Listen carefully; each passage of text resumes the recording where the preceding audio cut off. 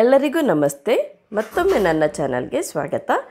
ನಾನಿವತ್ತು ಈ ವಿಡಿಯೋದಲ್ಲಿ ತುಂಬ ಸಿಂಪಲ್ಲಾಗಿ ಎಳ್ಳಿನ ಚಿಕ್ಕಿನ ಹೇಗೆ ಮಾಡೋದಂತ ತೋರಿಸ್ಕೊಡ್ತಾ ಇದ್ದೀನಿ. ತುಂಬ ಪರ್ಫೆಕ್ಟಾಗಿ ಬರುತ್ತೆ ನೀವು ಇದೇ ಮೆಥಡ್ನಲ್ಲಿ ಮಾಡಿದರೆ.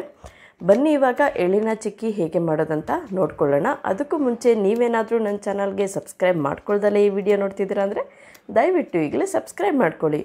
ಬನ್ನಿ ಇವಾಗ ತುಂಬ ಸಾಫ್ಟ್ ಆ್ಯಂಡ್ ಕ್ರಿಸ್ಪಿಯಾಗಿರುವಂತಹ ಎಳ್ಳಿನ ಚಿಕ್ಕಿಯನ್ನು ಮನೆಯಲ್ಲೇ ಹೇಗೆ ಸುಲಭವಾಗಿ ಮಾಡೋದಂತ ನೋಡ್ಕೊಂಬರೋಣ. ಮೊದಲಿಗೆ ನಾನಿಲ್ಲಿ 1 ಕಪ್ನಷ್ಟು ಬಿಳಿ ಎಳ್ಳನ್ನು ತೊಗೊಂಡಿದ್ದೀನಿ.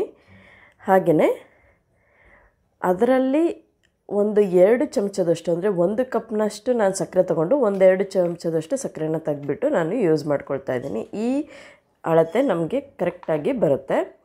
ಇವಾಗ ಒಂದು ಮಣೆ ಮೇಲೆ ಅಥವಾ ನೀವು ಈ ಚಾಪಿಂಗ್ ಬೋರ್ಡ್ ಏನಾದರೂ ಇರುತ್ತಲ್ಲ ಅದ್ರ ಮೇಲ್ಗಡೆ ಈ ರೀತಿ ಸ್ವಲ್ಪ ತುಪ್ಪನ ಹಚ್ಚಿ ಮೊದಲೇ ರೆಡಿ ಮಾಡಿ ಇಟ್ಕೊಂಡ್ಬಿಡೋಣ. ನಂತರ ನಮಗೆ ಇದಕ್ಕೆ ಟೈಮ್ ಸಿಗೋದಿಲ್ಲ. ನಂತರ ನಾನಿಲ್ಲಿ ಒಂದು ಪ್ಯಾನ್ನ ತೊಗೊಂಡು ಈ ಎಳ್ಳನ್ನು ಸ್ವಲ್ಪ ಬೆಚ್ಚಗೆ ಮಾಡ್ಕೊಳ್ತಾ ಇದ್ದೀನಿ. ಕಡಿಮೆ ಊರಿನಲ್ಲೇ 1 ರಿಂದ 2 ನಿಮಿಷದವರೆಗೂ ಹುರ್ಕೊಂಡ್ರೆ ಸಾಕಾಗುತ್ತೆ. ಈ ಎಳ್ಳು ಏನಿದೆಯಲ್ಲ ಇದು ಚಿಟಪಟ ಅಂತ ಸಿಡಿಬೇಕು. ಅಲ್ಲಿವರೆಗೂ ಇದನ್ನು ಚೆನ್ನಾಗಿ ಹುರ್ಕೊಳ್ಳೋಣ. ನೋಡಿ ಇವಾಗ ಇದೆಲ್ಲನೂ ಚೆನ್ನಾಗಿ ಚಿಟಪಟ ಅಂತ ಸಿಡಿತಾ ಇದೆ. ಇವಾಗ ಇದನ್ನು ಒಂದು ತಟ್ಟೆನಲ್ಲಿ ಹಾಕ್ಬಿಟ್ಟು ತಣ್ಣಗಾಗೋದಕ್ಕೆ ಬಿಡೋಣ. ನಂತರ ನಾನಿಲ್ಲಿ ಒಂದು ನಾನ್ ಸ್ಟಿಕ್ ಪ್ಯಾನ್ನ ತೊಗೊಂಡು ನಾನು ತೊಗೊಂಡಿರುವಂತಹ ಸಕ್ಕರೆನ ಹಾಕ್ಕೊಳ್ತಾ ಇದ್ದೀನಿ.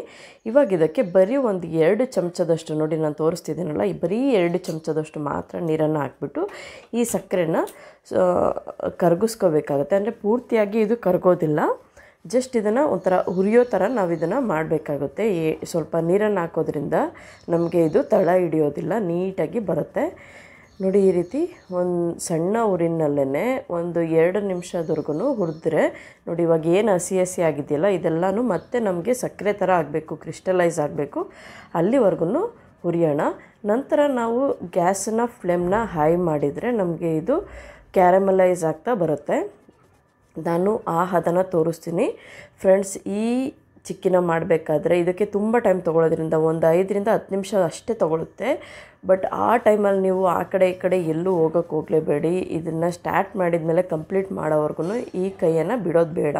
ನೋಡಿ ನಾನು ಹೇಗೆ ತೋರಿಸ್ತಿದ್ದೀನಿ ಇದೇ ರೀತಿ ಕೈ ಆಡ್ತಾ ಇದನ್ನು ಹುರ್ಕೋಬೇಕಾಗುತ್ತೆ. ಇವಾಗ ನೋಡಿ ಮತ್ತೆ ಇದು ಸಕ್ಕರೆ ಥರ ಆಯಿತು. ಇವಾಗ ಫ್ಲೇಮ್ನ ಹೈ ಮಾಡ್ತಾಯಿದ್ದೀನಿ. ಫ್ಲೇಮ್ನ ಹೈ ಮಾಡಿ ಒಂದು 30 ಸೆಕೆಂಡ್ಗೆಲ್ಲ ಈ ಸಕ್ಕರೆ ಕರಗಲು ಸ್ಟಾರ್ಟ್ ಆಗುತ್ತೆ. ನೀವು ನೋಡ್ತಾ ಇರ್ಬೋದು ಎಷ್ಟು ಚೆನ್ನಾಗಿ ಕರಗ್ತಾ ಇದೆ ಅಂತ.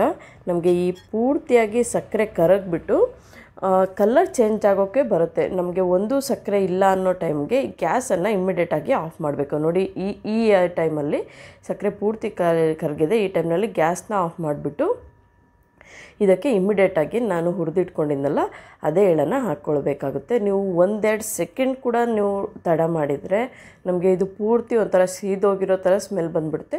ಸೊ ಸಕ್ಕರೆ ಕರಗಿದ ತಕ್ಷಣ ನೀವು ಗ್ಯಾಸನ್ನು ಆಫ್ ಮಾಡಿ ಎಳ್ಳನ್ನು ಹಾಕ್ಕೋಬೇಕಾಗುತ್ತೆ. ಎಳ್ಳನ್ನು ಹಾಕ್ಕೊಂಡು ನೋಡಿ ಈ ರೀತಿ ಚೆನ್ನಾಗಿ ಮಿಕ್ಸ್ ಮಾಡ್ಕೊಳ್ಳೋಣ. ನಮಗೆ ಇದು ಪೂರ್ತಿಯಾಗಿ ತಳ ಬಿಡ್ತಾ ಬರಬೇಕು. ಇದು ವಿತಿನ್ 1 ಮಿನಿಟಲ್ಲೆಲ್ಲನೂ ಆಗೋಗ್ಬಿಡುತ್ತೆ.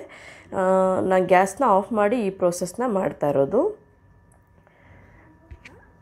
ನೋಡಿ ಇವಾಗ ಇದು ಚೆನ್ನಾಗಿ ಎಲ್ಲನೂ ಹೊಂದ್ಕೊಂಡಿದೆ. ಇವಾಗ ತಳ ಕೂಡ ಬಿಡ್ತಾ ಬರ್ತಾ ಇದೆ. ಈ ಟೈಮ್ನಲ್ಲಿ ನಾನು ಇದಕ್ಕೆ 1 ಚಮಚದಷ್ಟು ತುಪ್ಪನ ಹಾಕ್ಕೊಳ್ತಾ ಇದ್ದೀನಿ. ಇದು ಆಪ್ಷನಲ್ಲು, ಬೇಡ ಅಂದರೆ ಖಂಡಿತವಾಗ್ಲೂ ಸ್ಕಿಪ್ ಮಾಡ್ಬೋದು. ಇವಾಗ ನೋಡಿ ಇದೇ ರೀತಿ ಮತ್ತೆ ಒಂದು 30 ಸೆಕೆಂಡ್ನಷ್ಟು ತಿರುತ್ಕೊಳ್ಳೋಣ. ನೀವು ಕಲರ್ ಕೂಡ ನೋಡ್ಬೋದು ಎಷ್ಟು ಚೆನ್ನಾಗಿ ಬಂದಿದೆ ಅಂತ. ನಾನಿಲ್ಲಿ ಯಾವುದೇ ರೀತಿಯ ಕಲರನ್ನು ಆ್ಯಡ್ ಮಾಡಿಲ್ಲ, ಆದ್ರೂ ಕಲರ್ ನೀವು ನೋಡ್ಬೋದು ಎಷ್ಟು ಚೆನ್ನಾಗಿ ಬಂದಿದೆ ಅಂತ. ಇವಾಗ ಇದು ರೆಡಿ ಆಯಿತು. ಇವಾಗ ಇದನ್ನು ತೆಗೆದ್ಬಿಟ್ಟು ನಾವು ಮುಂಚೆನೇ ತುಪ್ಪನ ಹಚ್ಚಿ ಇಟ್ಕೊಂಡಿದ್ವಲ್ಲ ಆ ಮಣೆ ಮೇಲೆ ಇಮಿಡಿಯೇಟಾಗಿ ಈ ರೀತಿ ಹಾಕ್ಕೊಂಬಿಡೋಣ.